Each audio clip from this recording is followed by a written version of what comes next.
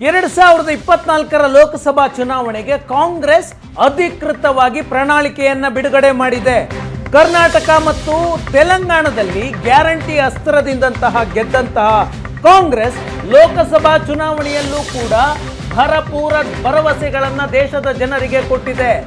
ನ್ಯಾಯಪತ್ರ ಅನ್ನುವ ಹೆಸರಿನಲ್ಲಿ 25 ಗ್ಯಾರಂಟಿಗಳನ್ನು ಕಾಂಗ್ರೆಸ್ ಘೋಷಣೆ ಮಾಡಿದೆ. 2024ರ ಲೋಕಸಭಾ ಚುನಾವಣಾ ಪ್ರಣಾಳಿಕೆಯಲ್ಲಿ ಕರ್ನಾಟಕದಲ್ಲಿ 5 ಗ್ಯಾರಂಟಿಯನ್ನು ಕಾಂಗ್ರೆಸ್ ಘೋಷಣೆ ಮಾಡಿತ್ತು. ತೆಲಂಗಾಣದಲ್ಲಿ 6 ಗ್ಯಾರಂಟಿಯನ್ನು ಘೋಷಣೆ ಮಾಡಿತ್ತು. ಈಗ 25 ಗ್ಯಾರಂಟಿಗಳನ್ನು ಲೋಕಸಭಾ ಚುನಾವಣೆಗಾಗಿ ಘೋಷಣೆ ಮಾಡಲಾಗಿದೆ. ದೇಶದ ಯುವಕರಿಗೆ ಉದ್ಯೋಗ ಸಹಿತ 1 ಲಕ್ಷ ರೂಪಾಯಿ ಸಂಬಳ ಕೊಡ್ತೀವಿ ಅಂತ, ಅಪ್ರೆಂಟಿಸ್ಶಿಪ್ ಮಾಡಿದವರಿಗೆ 1 ಲಕ್ಷ ನೆರವನ್ನ ಕೊಡ್ತೀವಿ ಅಂತ, ಕುಟುಂಬದ ಹಿರಿಯ ಮಹಿಳೆಗೆ ವಾರ್ಷಿಕ 1 ಲಕ್ಷ ರು ಸಹಾಯಧನವನ್ನ ಕಾಂಗ್ರೆಸ್ ಗೆದ್ರೆ ಕೊಡ್ತೀವಿ ಅಂತ ಪ್ರಣಾಳಿಕೆಯಲ್ಲಿ ಘೋಷಣೆ ಮಾಡಿದೆ. ಕರ್ನಾಟಕದಲ್ಲಿ ಗೃಹಲಕ್ಷ್ಮಿ ಯೋಜನೆಯ ಹೆಸರಿನಲ್ಲಿ ತಿಂಗಳಿಗೆ 2,000 ರೂಪಾಯಿ ಕೊಡಲಾಗ್ತಾ ಇದೆ. ಅದೇ ಮಾದರಿಯಲ್ಲಿ ರಾಷ್ಟ್ರೀಯ ಮಟ್ಟದಲ್ಲಿ ಕಾಂಗ್ರೆಸ್ ಅಧಿಕಾರಕ್ಕೆ ಬಂದರೆ ಮಹಿಳೆಗೆ ವಾರ್ಷಿಕ 1 ಲಕ್ಷ ರೂಪಾಯಿ ಸಹಾಯಧನ ಕೊಡ್ತೀವಿ ಅಂತ ಇವತ್ತು ಕಾಂಗ್ರೆಸ್ ಪ್ರಣಾಳಿಕೆಯಲ್ಲಿ ಘೋಷಣೆ ಮಾಡಿದೆ. 1 ಲಕ್ಷ ರೂಪಾಯಿ ಮಹಿಳೆಯರಿಗೆ, 1 ಲಕ್ಷ ರೂಪಾಯಿ ದೇಶದ ಯುವಕರಿಗೆ ವಾರ್ಷಿಕ 1 ಲಕ್ಷ ಅಪ್ರೆಂಟಿಸ್ಶಿಪ್, ಮತ್ತೊಂದು 1 ಲಕ್ಷ ರೂಪಾಯಿ ಮಹಿಳೆಯರಿಗೆ ಸಹಾಯಧನ. ಕರ್ನಾಟಕದಲ್ಲಿ ಅದು ಗೃಹಲಕ್ಷ್ಮಿ ಯೋಜನೆ ಅಂತ ಇತ್ತು. ಈಗ ರಾಷ್ಟ್ರೀಯ ಮಟ್ಟದಲ್ಲಿ ಕಾಂಗ್ರೆಸ್ ಅಧಿಕಾರಕ್ಕೆ ಬಂದರೆ ಮಹಾಲಕ್ಷ್ಮಿ ಯೋಜನೆ ಅಂತ ಮಾಡ್ತೀವಿ ಅಂತ 1 ಲಕ್ಷ ರು ಒಂದು ಕುಟುಂಬದ ಯಜಮಾನಿಗೆ 1 ಲಕ್ಷ ರೂಪಾಯಿ 1 ವರ್ಷಕ್ಕೆ ಕೊಡ್ತೀವಿ ಅಂತ ದೊಡ್ಡ ಘೋಷಣೆ ಇದು. ಕಾಂಗ್ರೆಸ್ನಿಂದ ದೇಶಾದ್ಯಂತ ಜಾತಿ ಗಣತಿಯನ್ನ ಮಾಡ್ತೀವಿ ಎನ್ನುವಂತಹ ಮತ್ತೊಂದು ಭರವಸೆಯನ್ನ ಕಾಂಗ್ರೆಸ್ ಕೊಟ್ಟಿದೆ. ಜಾತಿ ಗಣತಿ ಬಿಹಾರದಲ್ಲಾಯಿತು, ಕರ್ನಾಟಕದಲ್ಲಿ ಆಗಿದೆ. ವಿವರಗಳು ಅಧಿಕೃತವಾಗಿ ಬರಬೇಕಿದೆ. ದೇಶಾದ್ಯಂತ ನಾವು ಮಾಡ್ತೀವಿ ಅಂತ ಕಾಂಗ್ರೆಸ್ ಘೋಷಣೆಯನ್ನ ಮಾಡಿದೆ. ಇದೇ ಅಸ್ತ್ರವನ್ನ ಇಟ್ಟುಕೊಂಡು ಪಂಚರಾಜ್ಯ ಚುನಾವಣೆಯಲ್ಲಿ ಕಾಂಗ್ರೆಸ್ ನಾವು ಜಾತಿ ಗಣತಿ ಮಾಡ್ತೀವಿ ಅಂತ ರಾಹುಲ್ ಗಾಂಧಿ ಹೇಳಿದ್ರು. ಆದರೆ ಈ ಜಾತಿ ಗಣತಿ ಅಸ್ತ್ರ ಪಂಚರಾಜ್ಯ ಚುನಾವಣೆಯಲ್ಲಿ ವರ್ಕೌಟ್ ಆಗಿರಲಿಲ್ಲ. ಮತ್ತೊಂದು, ಮೋದಿ ಸರ್ಕಾರ ಜಾರಿಗೆ ತಂದಿರುವಂತಹ ಅಗ್ನಿಪಥ ಯೋಜನೆಯನ್ನ ರದ್ದು ಮಾಡ್ತೀವಿ ಅಂತ, ಸೇನೆಯಲ್ಲಿ 4 ವರ್ಷ ಯುವಕರು ಕೆಲಸ ಮಾಡಬಹುದಾದ, ದೇಶಕ್ಕೆ ಸೇವೆ ಸಲ್ಲಿಸಬಹುದಾದಂತಹ ಅಗ್ನಿಪಥ ಯೋಜನೆಯನ್ನ ರದ್ದು ಮಾಡ್ತೀವಿ ಅಂತ ಭರವಸೆಯನ್ನ ಕೊಟ್ಟಿದ್ದಾರೆ. ಇನ್ನು ಇತ್ತೀಚೆಗಷ್ಟೇ ಚುನಾವಣಾ ಬಾಂಡ್ ದೊಡ್ಡ ಮಟ್ಟದಲ್ಲಿ ಸದ್ದು ಮಾಡಿತ್ತು. 8,250 ಕೋಟಿ ರೂಪಾಯಿಯನ್ನ ಬಿಜೆಪಿ ಚುನಾವಣಾ ಬಾಂಡ್ ಮೂಲಕ ಸಂಗ್ರಹ ಮಾಡಿತ್ತು. ಕಾಂಗ್ರೆಸ್ ಕೂಡ 1,900 ಕೋಟಿಯಷ್ಟು ಹಣವನ್ನು ಚುನಾವಣಾ ಬಾಂಡ್ ಮೂಲಕ ಸಂಗ್ರಹ ಮಾಡಿತ್ತು. ಇದು ಅಕ್ರಮ, ಇದರ ಬಗ್ಗೆ ಸಮಗ್ರ ತನಿಖೆಯನ್ನ ಮಾಡ್ತೀವಿ ಅಂತ ಕಾಂಗ್ರೆಸ್ ಪ್ರಣಾಳಿಕೆಯಲ್ಲಿ ಘೋಷಣೆ ಮಾಡಿದೆ. ಇದರ ಜೊತೆಗೆ ಸ್ವಾಮಿನಾಥನ್ ಆಯೋಗದ ವರದಿಯನ್ನ ನಾವು ಜಾರಿಗೆ ತರ್ತೀವಿ ಅಂತ ಕಾಂಗ್ರೆಸ್ ಘೋಷಣೆ ಮಾಡಿದೆ. ಇದೇ ಸ್ವಾಮಿನಾಥನ್ ಆಯೋಗದ ವರದಿಯನ್ನ ಜಾರಿ ಮಾಡೋದಕ್ಕೆ ಸಾಧ್ಯ ಇಲ್ಲ ಅಂತ UPA 2 ಇದ್ದಾಗ ಹೇಳಿತ್ತು. ಈಗ ನಾವು ಅದನ್ನು ಜಾರಿಗೆ ಮಾಡ್ತೀವಿ ಅಂತ ಚುನಾವಣಾ ಪ್ರಣಾಳಿಕೆಯಲ್ಲಿ ಘೋಷಣೆ ಮಾಡಿದೆ.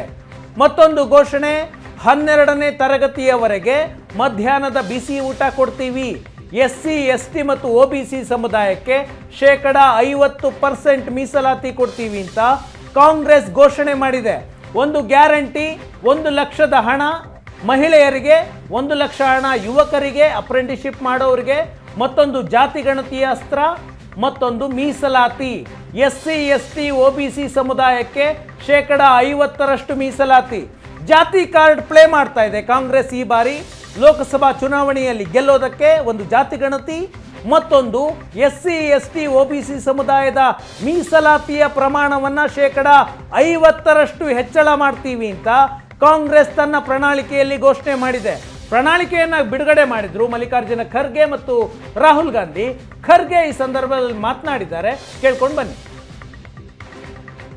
किसान न्याय के तहत किसानों की कर्ज माफी और MS की कानून की गारंटी भी हम देंगे, और श्रमिक न्याय इसके तहत मनरेगा में भी 400 रुपये ये न्यूनतम, कम से कम 400 रुपये मजदूरी दिया जाएगा। हिस्सेदारी न्याय में सामाजिक आर्थिक समानता के लिए हर व्यक्ति और हर वर्ग की गिनती या जातीय जनगणना होगी, जिससे सबको फायदा होगा, या किसी के फॉर में किसी के अगेंस्ट में ये नहीं है कि हालात को समझने के लिए ये जातीय जनगणना करेंगे, जैसा कि SC/ST की जातीय जनगणना होती है। और वैसा ही जो पिछड़े लोग हैं और भी ये अपर कास्ट में भी गरीब लोग हैं, सबकी हालत क्या है ये जानने के लिए हम जातीय जनगणना कराएंगे। ये जो मैनिफेस्टो बना है, ये मैनिफेस्टो कांग्रेस पार्टी ने नहीं बनाया है। ये मैनिफेस्टो हिंदुस्तान की जनता ने बनाया है। हमने सिर्फ इसको लिखा है, ठीक है, और हमने सिर्फ इसको लिखा है। जो किसानों ने हमें बताया, खारगे जी को बताया, मुझे बताया, बाकी नेताओं को बताया, वो हमने लिखा है। चाहे वो रोजगार की बात हो, चाहे वो कॉन्ट्रैक्ट लेबर की बात हो,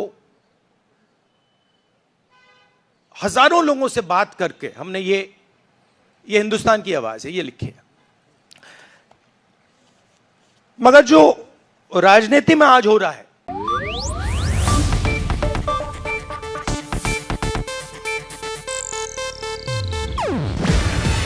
ಇದು ಏಷ್ಯಾನೆಟ್ ನ್ಯೂಸ್ ನೆಟ್ವರ್ಕ್ ಪ್ರಸ್ತುತಿ. ನೀವು ನೋಡ್ತಿದ್ದೀರಾ ಏಷ್ಯಾನೆಟ್ ಸುವರ್ಣ ನ್ಯೂಸ್.